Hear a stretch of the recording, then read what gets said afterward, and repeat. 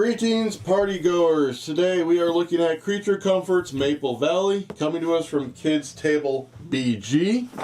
Here is your design and art team. It is 1 to 5 players, 8 and up, 60 minutes. The snow is gone and Maple Valley's annual spring festival is tonight. You and the other animal youngsters are tasked with searching the woodlands for everything the celebration needs. Assemble your band of friends to hike, climb, and paddle the trails of Maple Valley, find what you need to craft delightful favors, and see the festivities ready to go. This is the Kickstarter version, so if you look over here in contents, everything in green is what is the Kickstarter edition or upgrade. Alright, let's get this opened up. If you never played Creature Comforts, that was all about basically getting everything ready to hibernate and buckle down for the winter. So now, after that, you're going to go out and celebrate. Let's start with the rule book. A lot of components. The setup. The gameplay. On your turn, you're going to play a card, travel, activate your location, craft favors. So playing a card simple. Play a card, move that way. That's part of the travel.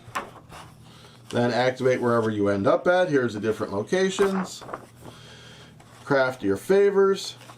Patches, friends abilities. Dawdle turns. What are these? Here's all the iconography. End of round.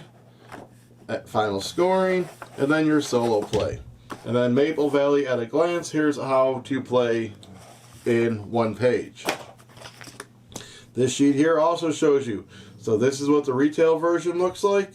This is what the Kickstarter edition looks like. So basically these have all been upgraded to wood bits. And then here is the game tray storage, and then the Feathered Friends and the Roaming Raven expansion. And then an incredible family of games. So we have that one, have that one, have that one, that one, that one, and that one. We've missed those two, unfortunately. Alright, so let's get that out of here. First up, we have the board. Let's get this open. Alrighty. We'll turn it sideways so you can see more of it. So this is the sun track. That's going to trigger or keep track of the rounds in the game. You're going to play over 4 or 5 rounds as the sun moves. Here you have, I believe there were grove locations, so these are going to dish out some of the goods you're going to get. These are outposts. These are going to be random locations each time. You'll see these little paths. This is how you move. You choose your friends. They have a moving ability, and then you follow the lines around, and then you have the different locations that do different stuff. Again, the iconography in the book is covered. So that's that board. Next up, we have the festivity cards. So on these, you're going to be getting favors in the game. We'll be showing those in a little bit. They're going to have a type. When you complete them, you can put your cubes on here, and then whoever has the most cubes gets 4, the amount of cubes plus 4, second most amount of cubes plus 2. And then when this is full, whoever fills it, or everyone who's on there gets this ability, and then whoever finishes it gets something better.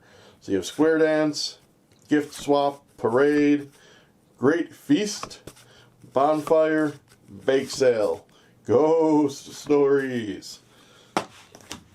Alright, next up we have, these are those outposts, the ones I said will be random each game. So you have 6 of them. So they have a couple things on them. So their name, Book Wagon. Then when you go here, you can do these trades in any order you want. This one is unlimited. This one you can do it 2 times and 2 times. After you do the trades, you then will do the bottom action. So you have the trading post, the mud fort, the canoe carver, hot air balloon, and swimming hole. So there's those cards. Here are those sun tokens. So when these are out, whatever the active sun token is will give you bonus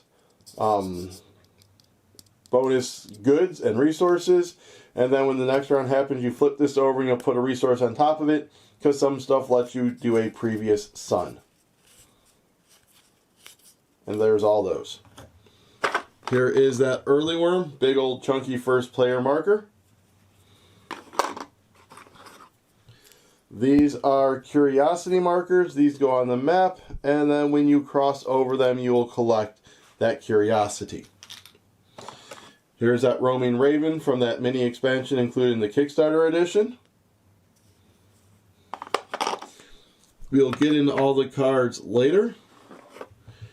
Here are those grove tiles that I said will get put onto those different locations, and these all have the resources on them that you'll be collecting when you go to those grove locations. I am not going to disperse them too much because I want to get them put back nice and neat as such. Let me go ahead and dig out these cards so they're ready to go. So you'll see the backs of all of these. These are the favors, so we'll go over those in a minute. Then this stack has a few things in it. We have the Feathered Friends mini expansion I haven't opened yet, and we're going to leave that closed for you to find out on your own. You then have these dawdle cards, and what the dawdle cards do is you have friends for movement. So if you don't have as many friend movement cards as other people, you get these dawdle cards. You play those on your turn, and then instead of moving and activating location, you instead get the stuff on the front of it. So those are the dawdles. You then have your starting friend cards. They have a color on the back, so depending on what color you are. So these are the 3 different types of movements. So your starting friend starts with all 3, and then they gain that little star. And then these are more friends. We will lay these out as well when we lay out those favor cards. Alright, we have this tray of resources. So you have the maps, you have all of your basic resources, and I believe these are curiosities, and then these are the feathers for that Feathered Friends expansion. Alright, but you have this nice tray that you can set on the table for when you play. Then you have 5 of these packs. Let me get these out. There we go. So these are where you're going to store everything, and then on this side is your score track and what you're all going to score for.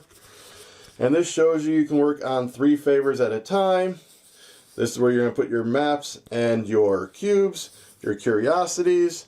When you play your friends, they become tired, they're going to go here. Here's where your items are, here's where your completed favors go. You put your patches underneath, you can have at most 4. Speaking of those patches, I think we're just going to scroll through these really quick and not necessarily lay them out like the other ones. So you have a name, you have end of game points, and then what they do. So like shovel digging. After traveling, gain a clay for every grove you pass through. Without stopping there, that has clay. So you have doubles of these. Gorp. And so these all kind of do different things and help you throughout the game. And orienteering, camping, eagle eye, portaging, cloud watching, rock skipping, fossil finding, whittling. Can I please whittle wood with you? And campfire cooking. Alright, next thing you have down here is in case you're running low on resources, these help you. So you're going to put one there, and then you have 3 of them. You put one there, you have 5 of them. We rarely ever use these because in a 2-player game, you really don't ever run out of resources. So I'm going to just grab out the player pieces here, and then just know they each have little paw prints that match their characters. So there's your player pieces. And then these replace the cube. You have these little paw prints to signify your player pieces. Alright, so that's the player pieces. So let me go ahead and get the friends laid out, and then we'll go into the favors. Alright, so let's start with the friends card. So you'll see a couple things. Again, their movement type. This is how much it takes to attract them. And then this is the amount of points they give you. And then they have a power at the bottom. There are 2 copies of each of these. So keep that in mind as we're going down.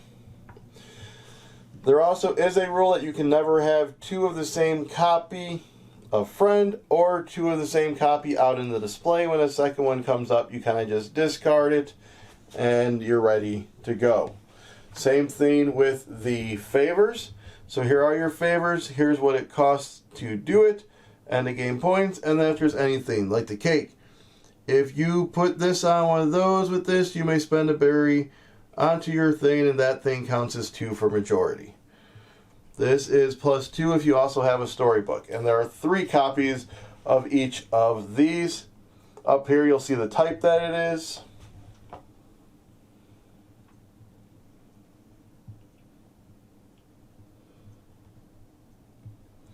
So again, there are your favor cards and your friend cards. Hope you all enjoyed this. If this looks like something you would like, go ahead and check it out at Kids Tabletop BG, along with all of their other games. I am the Groom, and I'll see you next time after I go partake in the festival.